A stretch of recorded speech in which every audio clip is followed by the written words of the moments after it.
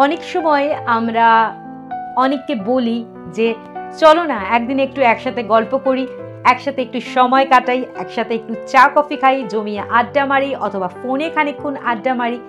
কিন্তু সেই মানুষটা আপনাকে বলে যে না, এখন আমি ব্যস্ত আছি, এখন আমি পারবো না, পরে দেখা করব, পরে একদিন জমিয়ে আড্ডা মারবো, পরে কোনোদিন কথা বলবো।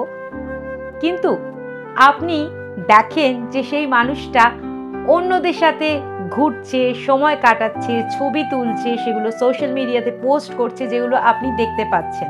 প্রত্যেক মানুষই কিন্তু ব্যস্ত, কিন্তু তিনি সেই ব্যস্ত সময় থেকেও সময় বার করে তার পছন্দের মানুষজনের সাথে ঘোরাফেরা করছেন, আনন্দ করছেন, ছবি তুলছেন, অথচ আপনাকে কিন্তু তিনি সময় দিচ্ছেন না।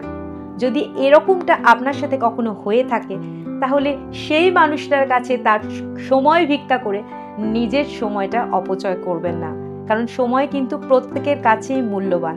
আপনি যে সময়টা তার কাছে চেয়ে নিজের সময় নষ্ট করছেন, সেই সময়টা যদি আপনি নিজেকে দিতে পারেন, বা আপনার কাছের এমন মানুষ যিনি আপনাকে সময় দিচ্ছেন বা দিতে পারবেন, তার সাথে সেই সময়টুকু অতিবাহিত করেন, তাহলে কিন্তু দেখবেন আপনার সময়টা আর নষ্ট হবে না।